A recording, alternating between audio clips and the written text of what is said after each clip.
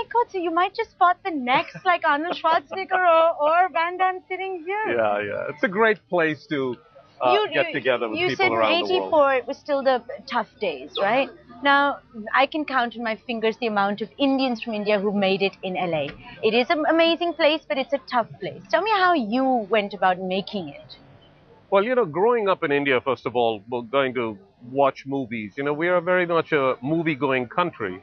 I loved watching Sound of Music and Ben-Hur and To Sir With Love and all the big screen movies. It was great fun. And at the end of the Universal Pictures films, there used to be a thing that came up, said, when you're in Southern California, visit Universal Studios. And I always dreamed of some point getting to LA. And I played at Wimbledon in 1974, got to the finals of the Wimbledon Juniors. And then Jerry Buss, who now owns the LA Lakers, brought me out to LA. As a professional tennis player? As a professional tennis player. For the next 5 years, I continued to play, got to know a lot of friends who remained friends, Sidney Poitier and the late Chuck Heston and, Sherry Lansing, so on. And legendary people, right?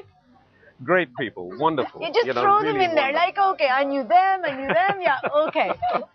No, but... You didn't know Marlon Brando? Brando I met, though I must say the more exciting thing was to meet Clint Eastwood, who I spent some time with. Who's and was a buddy big now? tennis fan. He's a friend. He's a friend. He's a friend. Of course. Sidney Poitier is a buddy because we have lunch once a month. Mark the difference, the buddy and the friend. Okay, carry on. So in 1980, when I got into the entertainment business, I figured, how difficult could this be? I mean, I know a lot of people, studio executives. But the business was very white, very closed. And at that point, there weren't really any Indians in the business of any note, And so I knocked on a lot of doors, played in a lot of bad tennis games with studio executives, but everybody wanted to play tennis with me. Nobody wanted to make a movie with me. I mean, it was one of those things, classic. It took me about 5 years to realize this. But it was very tough, very difficult, very cold. So were you doing what people are doing to you here? Much worse. Yeah, were you just like, while you're playing tennis, you're going, so Sydney, I was thinking of this film script, right? Were you doing that? I sent a lot of scripts around. And a couple of weeks later, I'd call up the studio executive and I'd say, and the guy'd get on the phone right away and he'd talk to me for 20 minutes about his forehand and backhand and his serve. And as the call was winding down, I'd say, I sent you a script a couple of weeks ago. And he'd say, oh, that one, we passed on that a long time ago. So it was difficult. And I'm not an easy guy to throw out, especially in my younger days.